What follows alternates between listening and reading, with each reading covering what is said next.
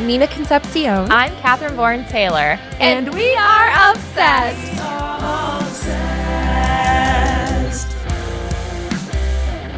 Obsessed is a comedy podcast about your hyperfixations. The ones that keep you up at night, hijack your group chats, and send you down a rabbit hole. Each episode, we deep dive and unpack the niche interests you just can't get your mind off of. No obsession is too weird when you're among friends. Yay! Yay! You know what? We never have to worry about that because that part will never be on camera until we release full episodes. That is so true. I don't think we have to worry about it. Yeah, for everyone listening, I really messed that up because I was like, I'm going to do this without looking at the script. I've done it 17 times now. Doesn't matter. We can just look down because who wants to watch the intro, you know? No one. Until we can maybe one day release full eps, you know? Yeah, and I'm still on book and that's okay. And sometimes you just need to call line and I got you. And that's 100% okay. Oh my God, how are you? I am great. I was in Chicago for a wedding last week. Oh my God, wait, and you did some kind of performance. Oh yeah, it was incredible. So I gave a speech at my friend Catherine and Sam's wedding, and it was like a very actor wedding. Just like it looked gorgeous. Her dress. I know. No, is this your friend who you made fern with? No, someone else. Different Chicago friend, but Catherine lives here now. Okay. And she didn't have a wedding party, but I did sort of get to do a lot of maid of honor things. Lovely. I bustled her dress. I went around with her when they took pictures. I made a speech, and they said, if you want to do a bit at the speech, you 100% can. I was like, great. Say no more. And so I got a spacesuit. Mm-hmm. I bought a spacesuit and these steampunk goggles. And I ran in and stumbled on the floor. I was like, whoa. And I go up to the mic and I'm like, am I too late? Did I miss the speech? And everyone's like, no. And then I explain how my name is Catherine and I've traveled from the year 2055. In 2026, I was supposed to give this speech, but I got too drunk. Okay. And I'm currently wandering around level 3. Oh, fun. And I gave a speech about how I've seen the future and I can't tell you a lot. I'm not permitted to tell you a lot, but it's beautiful because of them. And that's so cute. It went really good. And I've also always wanted to give a speech at a wedding. Yes. And this was my first time. And it was so great. And they're such a good couple and they're crying. Yeah, it was really fun. I love that. I was only a maid of honor once with my sister's wedding, but I was 24 and no, I was older. No, I wasn't. She got married so young. I think she was 23 when she got married. So I must have been 25. Wow. And I was not, me and my other sister were joint maid of honors, and our speech sucked. And I regret it to this day. No, why did it suck? Because we were too immature and there was so much going on. I had to plan The Bachelor. It was just so much. And I've always said to Rebecca, I owe you. So if they ever do a vow renewal or something, I am going to give, because she gave the best maid of honor speech at our wedding, me and Kyle's. It was so beautiful. What makes a good maid of honor speech? It was what did she do equal right? parts earnest and funny. We had 3 people speak at our wedding. All gave incredible speeches. One of our friends just read a funny poem. It was hilarious. He was great. Our friend AJ gave a really hilarious speech.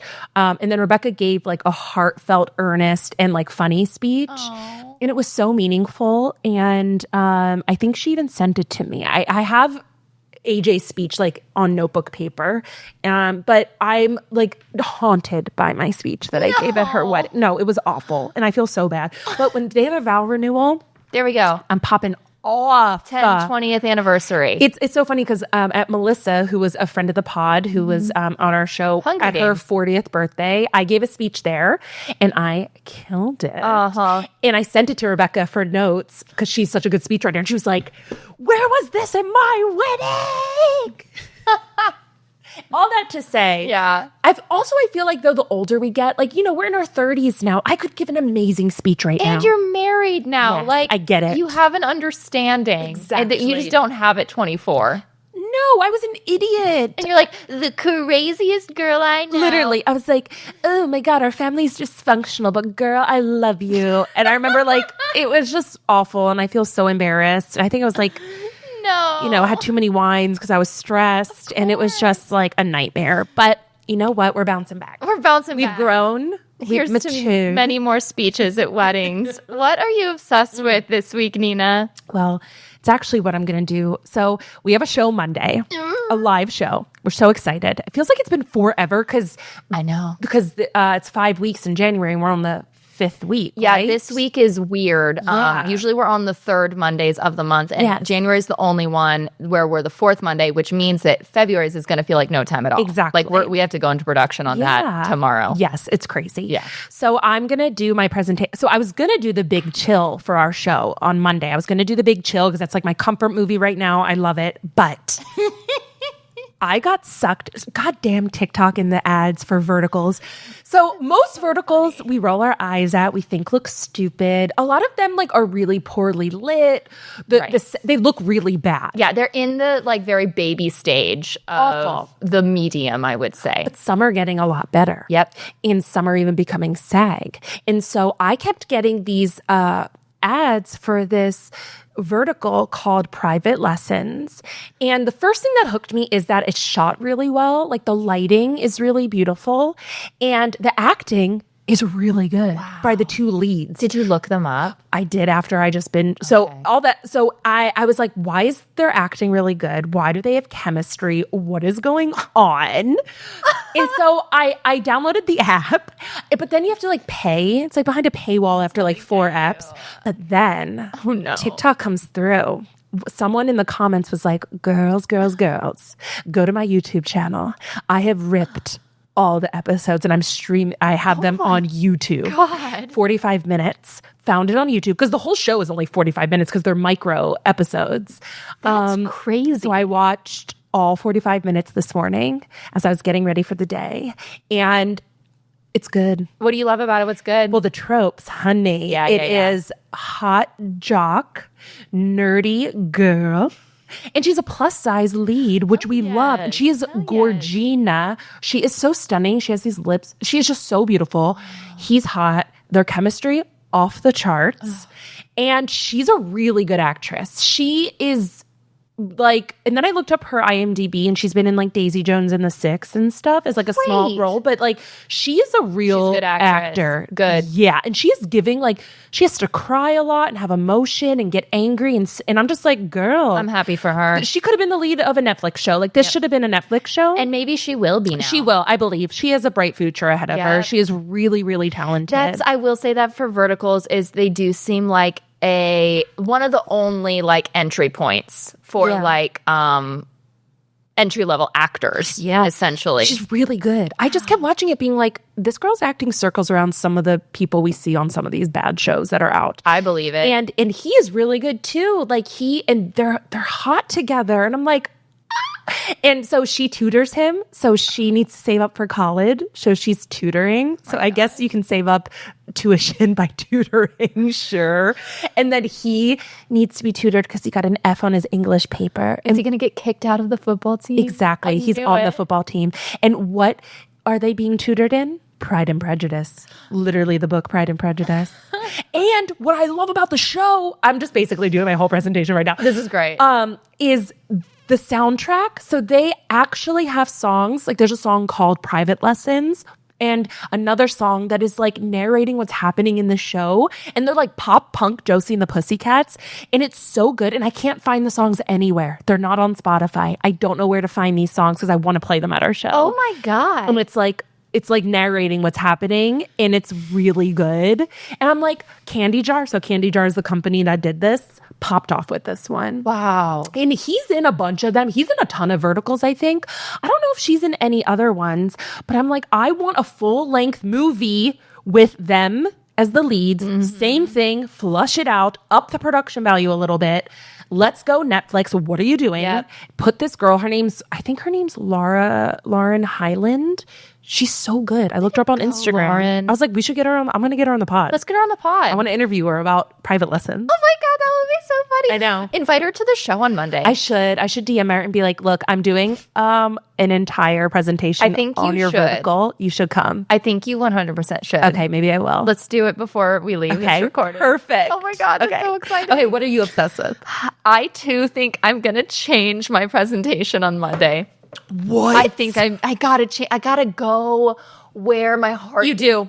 But I am shook because I thought your heart was with what you were going to talk about. It was. What is happening? Okay.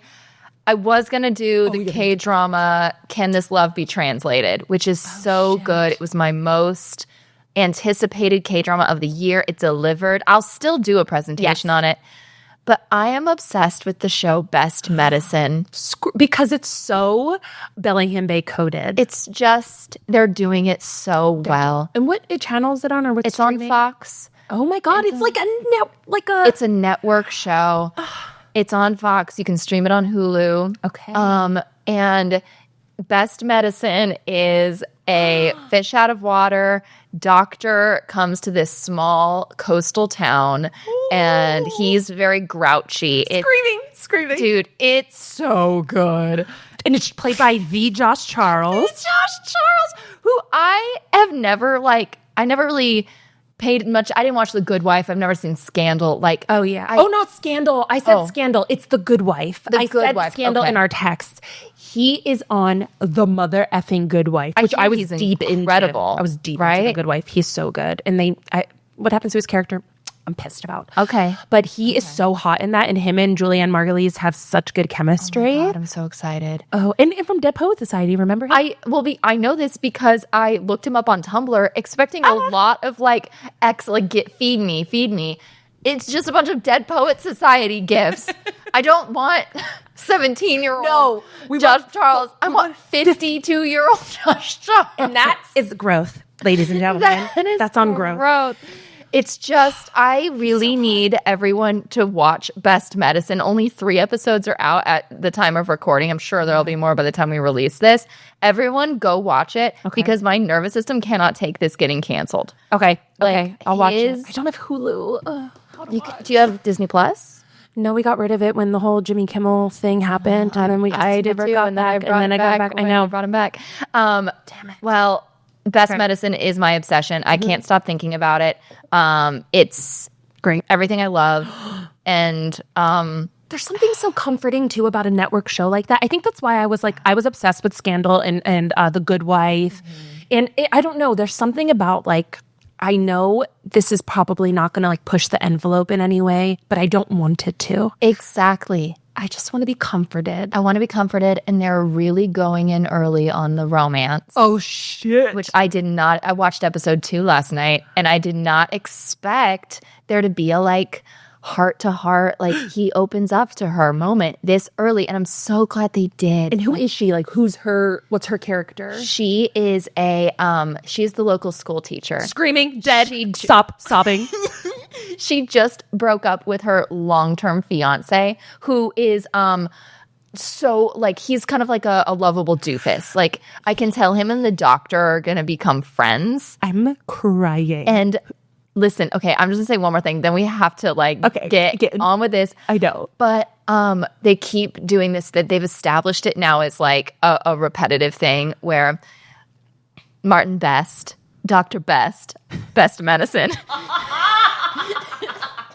I love it. He'll be walking along past what seems to be the schoolhouse that she lives atop of. Schoolhouse she lives atop of. She lives atop the schoolhouse.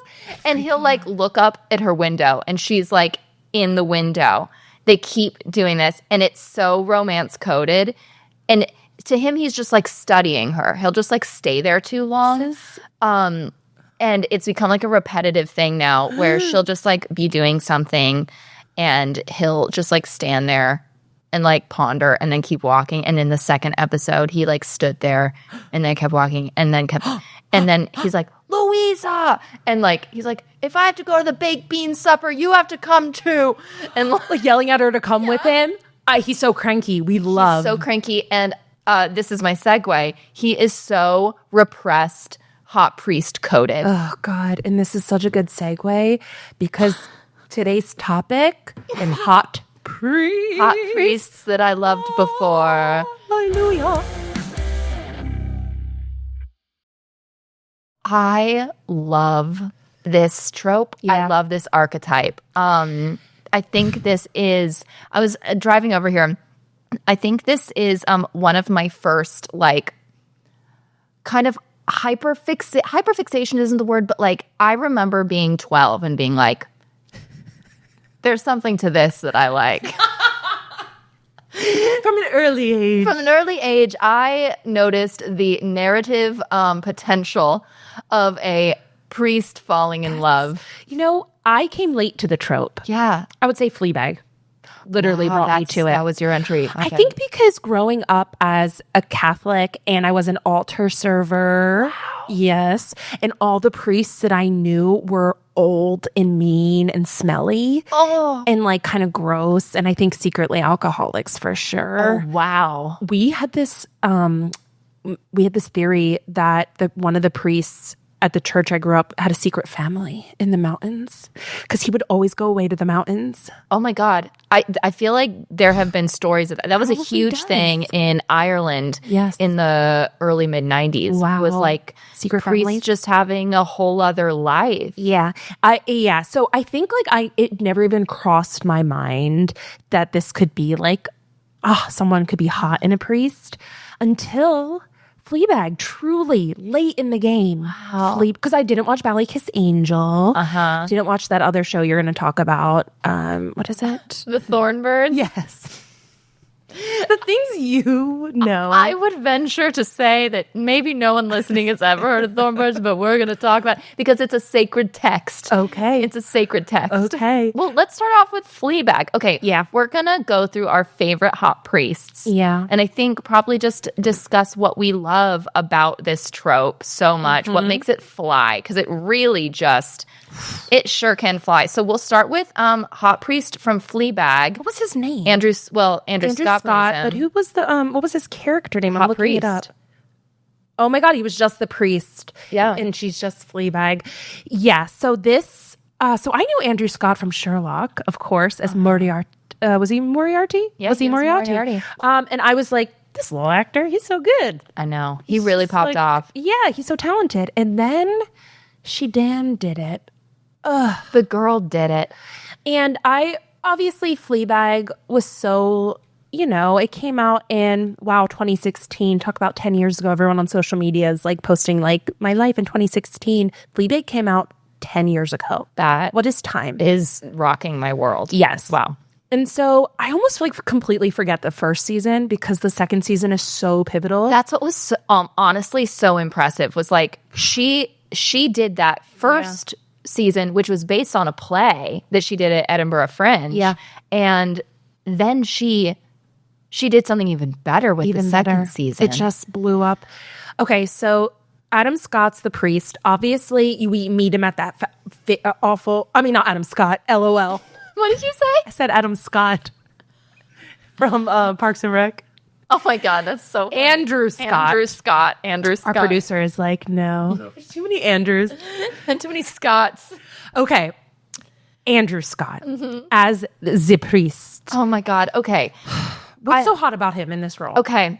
I feel like something that obviously what makes this trope so hot, period, is the internal struggle that you always see him go through. And honestly, also usually, I think it's so fun in any story to see someone be so surprised by someone else. Yeah. And they are mutually so surprised by each other. And if there's anyone you shouldn't be connecting with, and if there's anyone a priest shouldn't be connecting with, it's these two. Like exactly. And that is just so fun to watch. I think across the board in any priest love story. Yeah. It's like, this shouldn't be happening. What's happening? And then the realization of, oh, we're connecting here and I should kind of back away. And then they make the decision not to. They just go deeper. They can't help it. They literally can't help it. And that's what I love about Hot Priest. And I think because it always starts out under the guise of like connection, and I'm loving a parishioner, even though she's not, it's just like my duty as a priest is to like love everyone and be there for everyone. And it's like, okay, but there's something here. And obviously he's like, I love the flawed priest because I think they don't like explicitly say he's an alcoholic, but he's an alcoholic. Totally. Yeah, totally. Yeah. 100%. And like, you just see, like, I love a flawed priest so much. Like, the flaws in the like contradictions, I think, are what makes it such an intriguing trope. Yeah. And especially a priest and a non-believer. It's a priest and a non-believer for me every time. Like, that is so hot to me. Every time. Well, and because nothing can happen, even if there is a like initial attraction there, nothing can happen. And that just lays such fertile ground for like a real friendship. So then it also becomes like a friends to lovers kind of thing. Yeah. And just I feel like, especially in modern day, there's so few actual barriers to why people can't be together. I know. You know, like for the most part, if you want to be, there's very few like societal reasons why you can't if you really want to be together. And it's just such a great barrier. It is. It's so good. And I think, what was I going to say? I lost my train of thought. But yeah, it is so, the way that she does it in Fleabag too, of like two broken people like coming together. And obviously that like seminal scene where he's like, Neil. Oh my God. In the confessional. After she's given this gorgeous monologue. Gorgeous. And then of course it's like, at the end, he chooses his faith because it does. Oh, what I was going to say is like one of my favorite parts about this. It's like, okay, it's forbidden. But if it's forbidden, why doesn't it feel like a sin? Why doesn't it feel like sin? I love when that happens. I love it too. That's another thing about this trope that is like, I've been told this is wrong. It causes a crisis of faith. Oh, and I love a crisis of faith. Yes, the crisis of faith beat in this like trope needs to happen every time. Yep. It's so good. Yep. And like as a woman, I want to be a crisis of faith. I want to hold that power. Yes. It's like her or God. Ooh, it's so good. It's so good. Yeah, she really popped off on, and I do think like that was such a part of pop culture. And like, I know there's been other hot priests throughout like history, but like she really, I can't remember if something that mainstream, like love story with a priest. Well, what I will say is that like, really well done. I think in British stories, it's a lot more common. That's true. I think that like the British village life, the idea of like the village priest is much more ingrained than in America, I would say. And Fleabag was such like a crossover hit in such a big way that it did introduce a lot of people to why priests are so hot. Crazy. Okay, who's next on our list? Next up, I have Father Peter from Ballykissangel. Tell the folks if they don't know what Ballykissangel. Where do you even start with this? Okay, Ballykissangel was my entryway to the hot priest movement lifestyle, and it was a BBC show that aired from 1996 to 2001. I got my hands on some DVDs of it when I was like a preteen, but first I had read about it online because there was like an adaptation of the show on PAX TV, which was the faith-based channel that I was allowed to watch. Okay. It was called Hope Island. It only ran for like one season, and I was like, this is pretty good, but I feel like there's more here. And I took my like little 12-year-old fingers and like pushed the keyboard, and I was like, Ballykissangel. Found some DVDs. And okay, Ballykissangel is a small Irish town, and Father Peter is this English priest who gets sent there. He immediately butts heads / forms an alliance friendship with Assumpta Fitzgerald. That name couldn't be more British. It's so Irish. Or Irish, yeah. All the names in that show are Irish. It's like Ambrose, Neve, Assumpta. And she runs the local pub, Fitzgerald's. And she straight up does not believe in religion or the clergy. She thinks it's actually a negative to the town. Okay. And she's like grown up here. She's lived here all her life. And so he's this like guy coming in who is like trying to fix a town that doesn't need fixing. I cannot explain to you how much chemistry these two have. And they dated in real life, They did right? date in real life, yeah. Wow. They were actually in love. And I think something that Ballykissangel does so well is like how internal British people are. Oh, Like yeah. you will they'll just linger a little too long. Or he'll just like glance at her and like roll his eyes. Or he does this thing where she'll leave a room and he'll just kind of like watch the door and someone will have to like shake him out and be like, Father? And it's Chemistry. the chemistry is so good. Damn. And their characters are like they truly have a real barrier to why they can't be together. And the show just does such a good job of like getting them to that point where they have to acknowledge it. And as the show goes on, they just start acknowledging it more and more. Like, God, there's this one moment where she kind of says, she's like, well, if you stay here late, people are going to think that something's going on. Oh. And he's like, well, we can't have that, can we, Assumpta? With the inference that like people already think there's something going on. Like everyone knows there's an attraction. Like it's just so good. And you can watch Ballykissangel on BritBox. Great. And I love it so much. Oh, does he like drink at the bar and stuff? Yes. And like hangs out there? That's the thing. And I think that is another really good part of this trope sometimes is like it's that tension of like he is supposed to be outside of the world, but he loves he truly loves a community. Yeah. And what actively loving a community looks like is being part of it. Yes. Being with the people. And he is like with this crew at the pub every night. And it's just like true community. There's something so hot about a priest at a bar drinking. I agree, Nina. Sleeves rolled up to the elbows. Collar loose. Just pounding them back. And it happens in almost like every priest thing.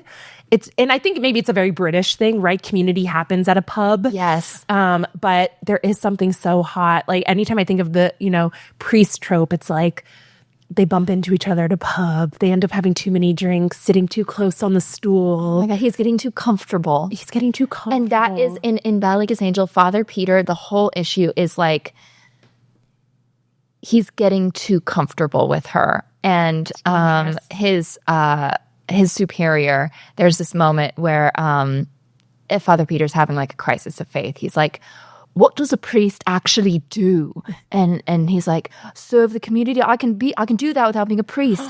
And his superior is like, I'll tell you what the problem is. The problem is Assumpta Fitzgerald.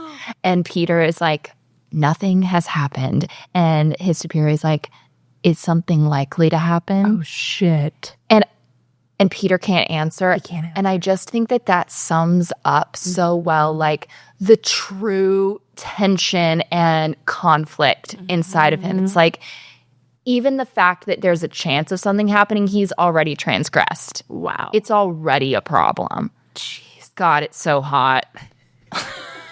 I really need to watch. I can't believe. I wonder if it's on YouTube.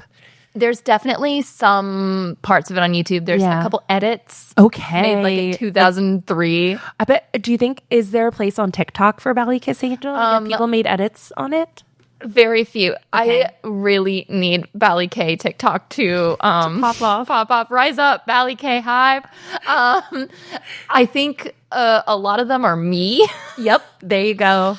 But there are a few people talking about Ballykissangel, specifically the very controversial ending, which I don't want to get into here. But Father Peter is my number one priest. That's so funny. I'm going to give it to him. Is that actor not attractive to me? Well, Stephen in Tompkinson, any way, shape, or form. I so understand.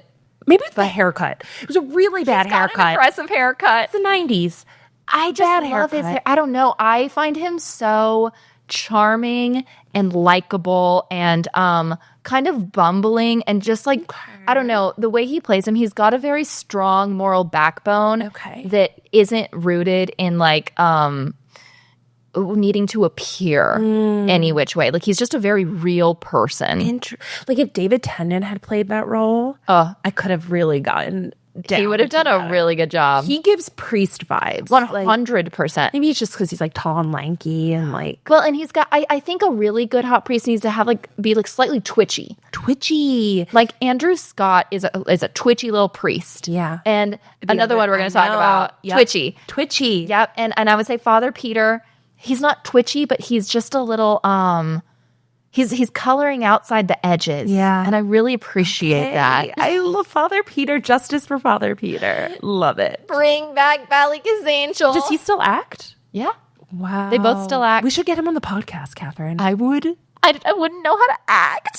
We need to get him on the podcast. I live in fear that / in hope that him or Dervla Kerwin, who plays Assaulta, will come to Bellingham Bay and they probably live in Ireland, don't they? Yeah, they live in the UK. Well, if we tour with Obsessed and like my show and your show, then you got to do it in Ireland. I'll have to. You have to do it in Ireland. I would go crazy. I'm like glitching out thinking about this. Okay, so Ballykissangel. We have to move on because I could talk about this forever. Iconic. Who's our next one? Who's on the list? We have Father Hill from Midnight Mass. Okay, played by Hamish Linklater of The New Adventures of Old Christine. Oh. You may know him from. You may know him from other stuff, but I really just knew him from The New Adventures of Old Christine with Julia Louis-Dreyfus.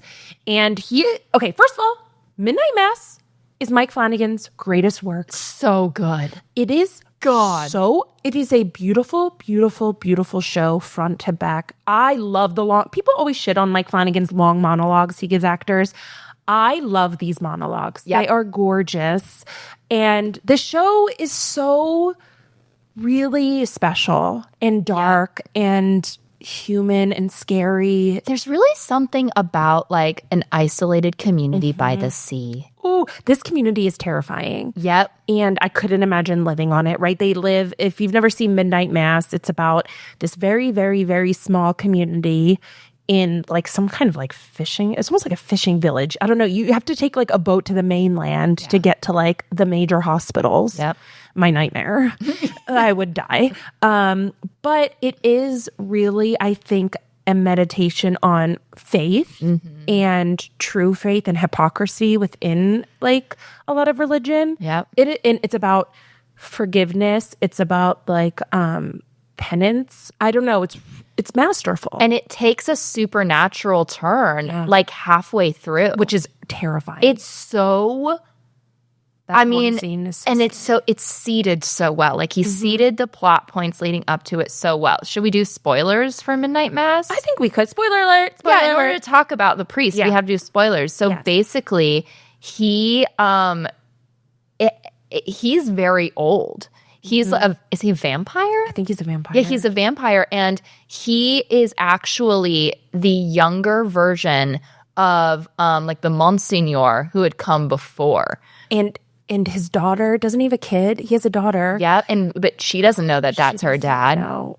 It's so good. And he fell in love with a parishioner. Yes, he did. He fell in love with a parishioner, and he did all of this for her, basically.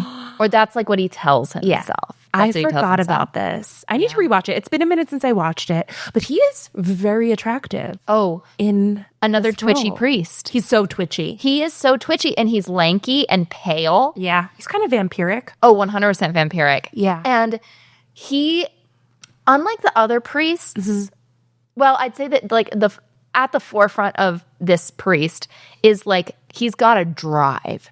Like it's clear from the beginning that he has a secret agenda. Yeah.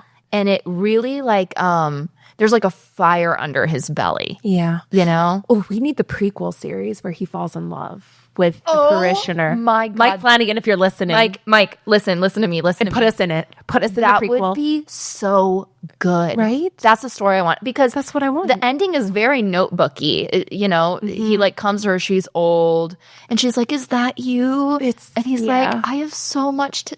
I was just watching an edit of this on TikTok. Oh, shit. And he's like laughing. He's like, "There is so much I have to tell you." Like, I need to rewatch this show. God, it's so good. And their ending is so beautiful. They're like holding hands and he like evaporates into When it all comes to end. Because like the world ends, right? I believe so. Like, because I remember the really awful character played by an incredible actress she's one of, we call them the Flanagan actors, one of Mike Flanagan's, his people, his troupe of actors. She plays like the bigoted woman. Oh my God, what is her name? She's going to be in the new Carrie. She's going to play Carrie's mom because he's doing the new Carrie. She was in The Pit. She played, she was the mom of the boy in the coma who like had the Xanax. Oh, Kate Siegel? No, that's Mike Flanagan's wife. Samantha Sloyan? Yep, that's her. Oh, yeah. She's incredible. Her. She's great. She played the evil woman, right? But then at the end, when it's all coming to shit, she doesn't want to die. Yeah. And she's the most religious of them all, but she is not ready to die. And it's like, isn't that how it always goes?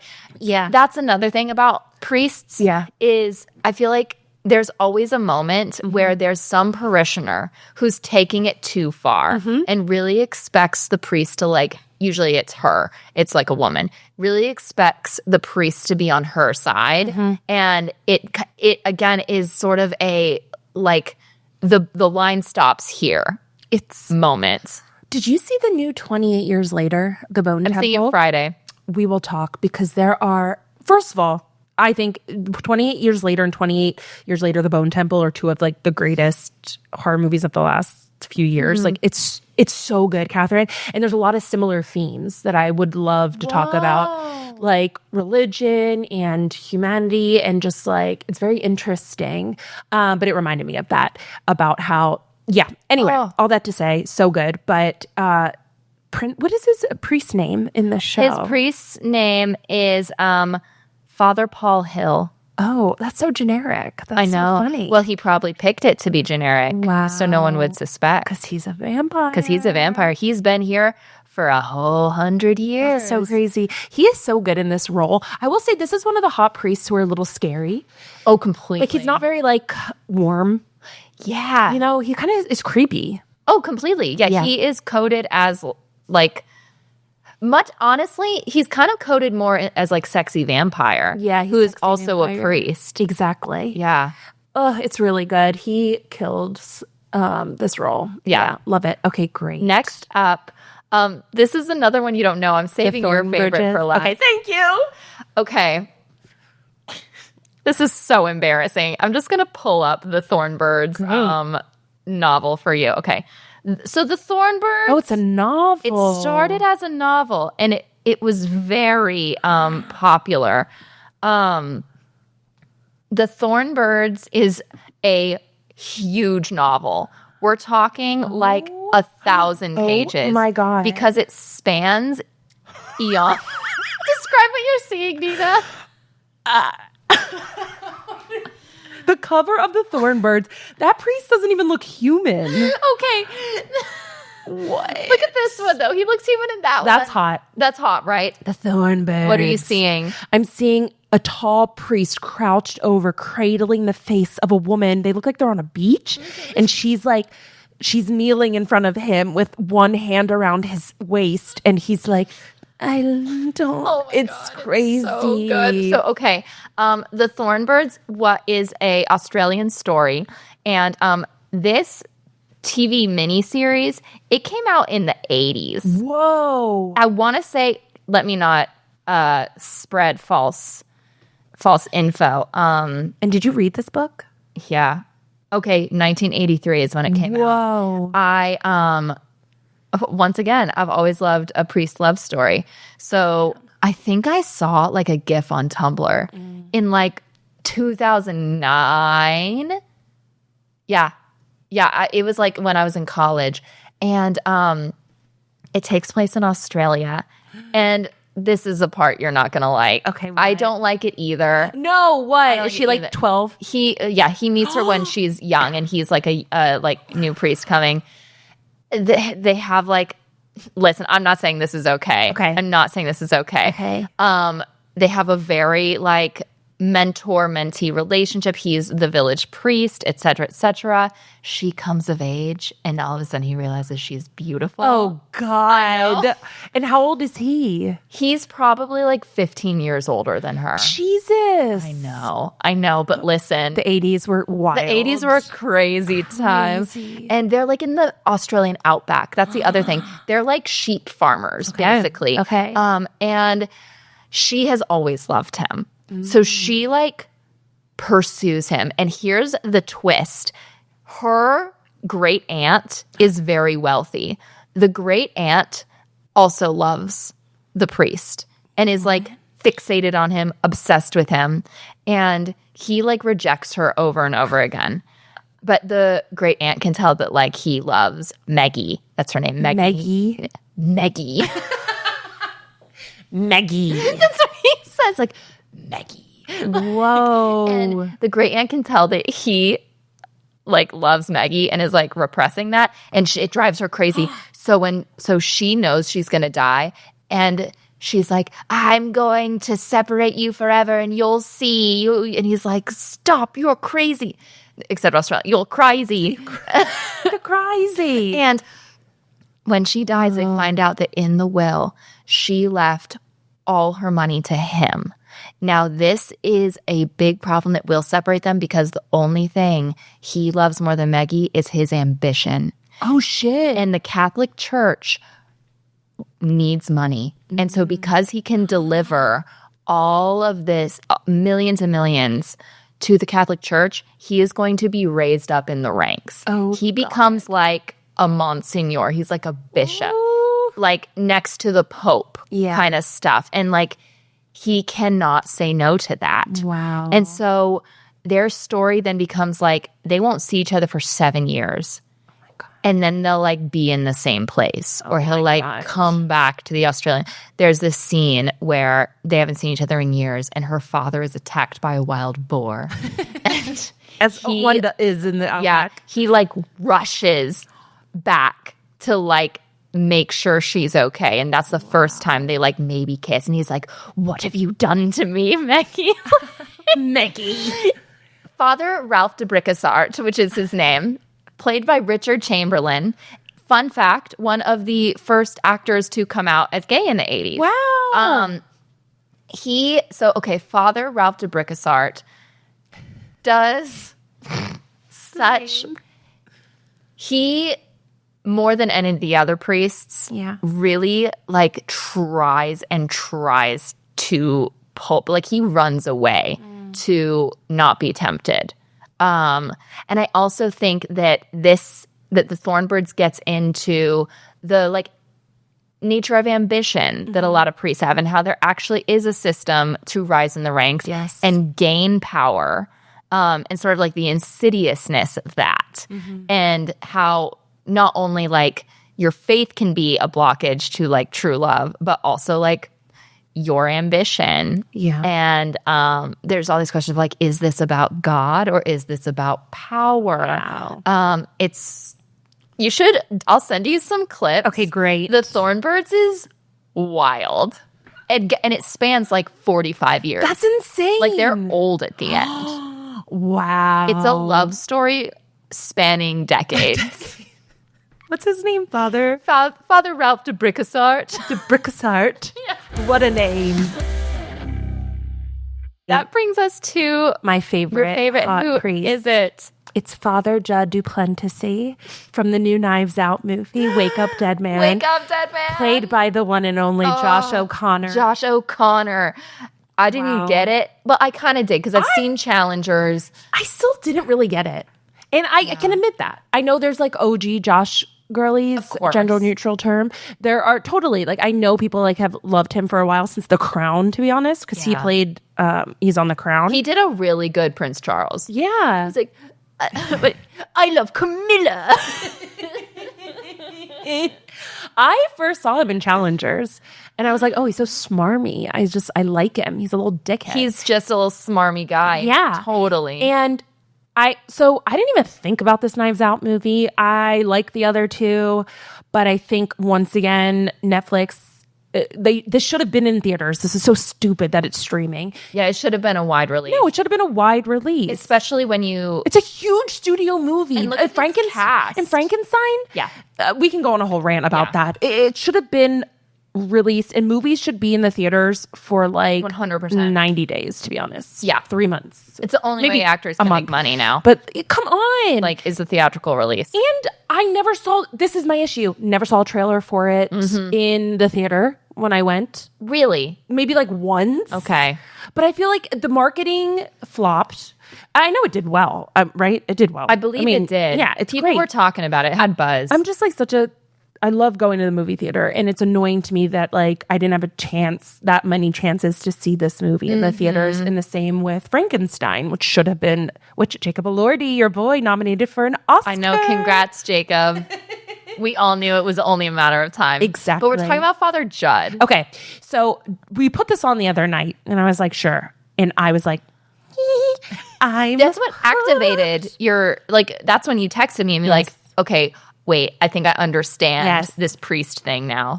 Because Andrew Scott in Fleabag, I love the character, but I don't know. Like I think because I met him on Sherlock and I hate his character on Sherlock, so sometimes that just like sticks with me.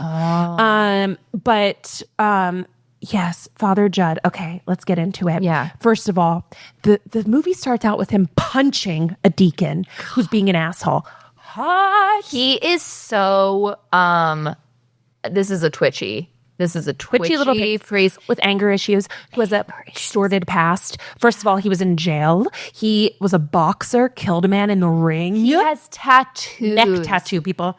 He has a neck tattoo. That is so hot on and it peeks out over his clerical collar. That, I just got chills. Yes. That's so good. Okay, so he has this sordid past. He is sent. Also, there's a trope of like a priest being sent to a village somewhere. 100%. That's absolutely a thing. Which I love. Okay, so he's sent to this town, and this is crazy, and I didn't even think I was to talk about this, but Josh Brolin, hella hot. Oh, he's so good. And he's so, obviously his character's despicable, but I think Josh Brolin is like a foxy older man. Oh, 100%. Weapons? Yes. I loved him in Weapons. He's another guy who... Weapons, and because he plays a desperate dad. I think that's another hot trope. Desperate dads trying to find their kid. Oh, we gotta go into Desperate Dad. We should do desperate single dads. There's something so hot about that trope. Oh, I love it. True. Oh, I my love God. it. And Josh Brolin is so attractive. He's so good at that. Desperate dad seeking their child. Pedro Pascal was supposed to play that role in Weapons. Yes, I did. And would have been a very different take. Very good. But Josh Brolin is so like gravitas. Well, and Pedro will absolutely make it onto that list. Yes. Last of Us? Yes. Are you kidding me? Yes. Desperate Dad. Okay, we'll do a whole episode on Desperate Dad. We have to stick to Father Jud. So everything in... Okay, Josh O'Connor is so good at acting. And Father Jud is so sweet and earnest. And like, even though has a violent past, he's so gentle, even though he punched a deacon, but it's so deserved every time. And my favorite scene is when he's like really angry and he's walking to the garage and he throws his jacket. He's like, can I use your, your bag? And he just starts punching the punching bag. Again, it's that thing of like, a priest should not be this way. And I think it's just so fun and juicy to see a character behaving the way they are not supposed to. And he goes to the local pub and drinks. He goes to the local pub. And he's just so good. And one of my favorite scenes in the whole movie. And Rian Johnson, he's so good. I love him too. He did my favorite Star Wars movie. He's like the father of him on the pod. He does podcasts. Really? It would be incredible. Let's absolutely try to get it. Okay, Ryan, if you're listening, we love you. Okay, so my favorite part is when Father Jud and Benoit Blanc, played by Daniel Craig, iconic character, the most camp. He's having so much fun. Oh, I love it. I love him. They are like hot on a trail, like they're and then Judd is on the phone with this woman who works at like the place where I don't know, it's the mortuary or something. Maybe not the mortuary, where they like put the coffins in the and so it's played by the icon Bridget Everett, who is so good. And he's like really annoyed with her because she's like talking a lot, and he's like, I just need to know who placed the order for the coffin, like who did it. And then she's like, Father Judd, and he's like, yeah, what? And Benoit is like, or am I saying that right? Is it Benoit? Benoit. I think it's Benoit. Well, I'm calling him Benoit. Benoit Blanc. I've been calling him Benoit Blanc, and I'm going to stick to it. And we're not changing it. Okay, so Benoit, that's the Philly in me. Benoit Blanc, you know this guy, Benoit Blanc? He's a detective. He's a detective. The top detective. Okay, so Benoit and Judd. So then, Benoit is like really, he's like, hurry up. And then she's like, Father Jud, will you pray for me? And you see his face, and he's like, yeah. And she's like, I'm feel really lonely. Like, I think her dad's dying or something. So and he just, you see the realization. He's like, what the fuck? This is my calling. Yeah. And you do see, he's what a priest should be. He is actually what a priest should be. There's no love interest. No, and and it's just so beautiful because you see Monsieur Wicks, who's played by Josh Brolin, is the they're like foils of each other, right? Monsignor Wicks is all about shame and fear and anger. Yeah. And really a lot of the things that the Catholic Church preaches, like very scarily. And then Father Jud is what I think like it's supposed to be as a priest. And it's so beautiful, the whole movie. And then he's on the phone with her for like an hour. And his whole journey in that film is really like his journey is that of like getting rid of the noise. And he says at the beginning, he's like, I think we are supposed to be of the world. Like, I think we're supposed to be in the world. That's what we're here to do. And so good. His journey is figuring that out and like how to do that well. Yeah. But I mean, there's got to be some really good fanfic. I was just going to say, I've read, let's see, what tropes have I read? I've read an art historian coming into Chimney Rock, the small town, and like writing a paper or doing research. She's not a believer. She spends time at the church. Her and Judd fall in love. That's really good. I read one where this girl's mom is the CCD teacher, and her mom gets sick, so she has to take over for her mom, even though she's not a believer. Teaching CCD, grows close to Father Jud. What is CCD? Oh, CCD is like the Sunday school. Oh, it's like Catholic Church studies? School? Maybe, it's this, I went to it. So it's like, it's just Sunday school. Okay. CCD. And then there's one where, it's so good. There's one where, I was just thinking, a single mom comes to live with her parents in Chimney Rock because she's down on her luck, goes to church because whatever. And then Father Jud develops a relationship with her daughter, Phoebe. And it's so good. But in all of these that I'm reading, they never end up together. I think because he's so meant to be a priest. He is a true priest. That's the thing. Oh, this Ballykissangel. And it's devastating. I'm not meant to be a priest. Maybe I'm not meant to be a priest. And that is a whole thing of like, what is a calling? I know. Are you actually called to this? Because it's not an easy life. You will love the one I read about like the art. She's like an art historian or something, right? She goes to Chimney Rock. They like fall. There's one scene where it's like, so they're just spending a lot of time together, and then it's like pouring rain, and they're like running, and they have to go into the rectory, and then he like cradles her face, and he's like, I think you need to leave. And she's like, oh my God. And he's like, you need to go. And so then she leaves. It's like pouring rain, and he doesn't talk to her for days. But then it's the night before she leaves because she's only there for a little bit of time doing her project, and then her research. And he knocks on the door, and she's like, "What do you want?" And he's like, "You." And they don't have sex, but they like almost hook up. Oh my God. Where they like, have a night together, but they don't actually have sex. So then chapter 2, it's only a 2-chapter story, is a time jump. And she is back in Chimney Rock with her published book, and they see each other again. They fall into old habits. Yes. And then they do end up sleeping together, and it's so beautiful. But then at the end, he's like, we can't be together. And I love it because she's like, I know, like, I totally get it. Yeah. And he's like, I want you to have the most amazing life. I want you to fall in love. I want you to meet your person. And it ends with them like just knowing that is like, so like Bridges of Madison County. it is like, so beautiful. It's a really good story. This author knows her priest lore. She does. That what you just told me, Yeah. that hits all the like important spots. It's so good. I should find the title in the AO3 author because she's an incredible writer. And then I was like, people were commenting, and I'm like dying for her to write like another chapter of like this girl comes back with like a new boyfriend because he said like, I want you to go fall in love. I want you to like Said live you your wanted me to life. fall in love. That's what Assumpta does. Peter rejects her. Sorry, I always have to just bring this back to my show. I love it. Peter rejects her, and she's like, that's fine. I'll go get married. Exactly. She comes back to Ballykissangel with a husband, and it drives Peter crazy. Exactly. It's the best. You need to see a jealous priest. A jealous priest who gets what he asked for. Exactly. You wanted to not like have connections with people. Yeah. You denied the truth of what's actually happening. And now you have to sit with that. It's so good. And so, the fanfic is popping off. There needs to be more. There's not nearly enough Father Jud stories out there, but the Tumblr folks, they're working pretty hard. And AO3, we'll get there. We'll get there. And you have, and we're going to talk about it in the bonus. Oh, my idea. Yeah. Okay, great. That'll be a bonus. Yeah, Nina has an incredible fanfic pitch that we're going to do for the bonus. Maybe I'll write it. Maybe it'll be just a fun little stress reliever for me to write. Yeah, just do it. I need to. God, just get into a priest story.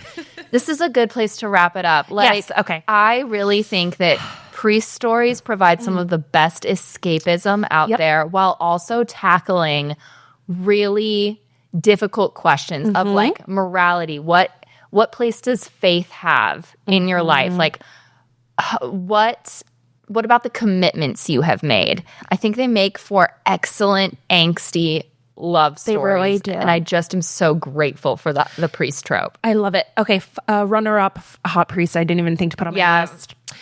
Gabriel Byrne from the 1999 film Stigmata. Have you ever seen Stigmata? No. It scarred me when I was a child. I was so scared of it. Do you know what Stigmata is? No. It's like this. People say, here's the thing, Catholicism is so witchy and so spell-like. And like, it's rooted in like a lot of like old magic stuff. Yes, you get into it. It's like this condition people claim to have where they like get the wounds of Christ that he got on the cross. So it's this like horror movie about like Patricia Arquette having stigmata, and Gabriel Byrne is her priest. And I'm a Gabriel Byrne girly. He is fine. Wow. Do you know who he is? No, I'm looking him up. Most recently, he was in Hereditary, but he's in Little Women. He ends up with Joe, the Winona Ryder one. Oh, I love him.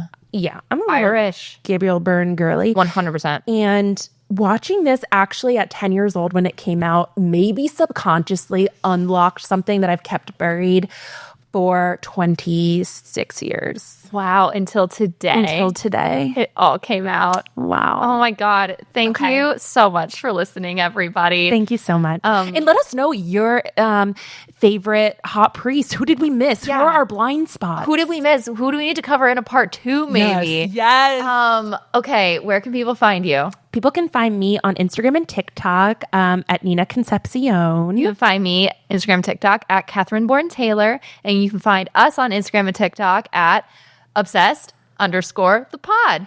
The show.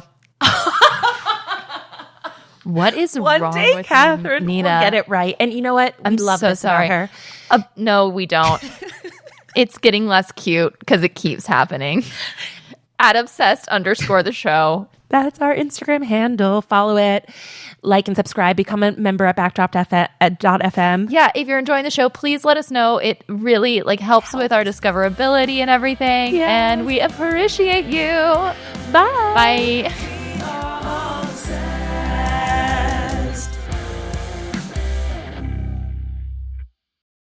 What is healthy spirituality, and how does it help us thrive?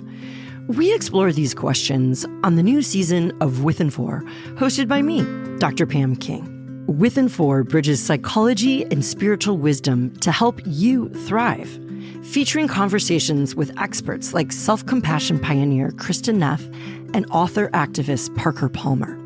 So go ahead, follow Within 4, hosted by Dr. Pam King, wherever you get your podcasts. Curious about the future of healthcare?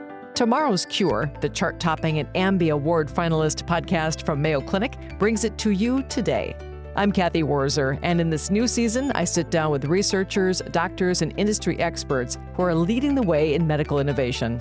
From cutting-edge technology to breakthrough treatments, we'll explore how new solutions are improving and even saving lives. Follow Tomorrow's Cure wherever you listen to podcasts.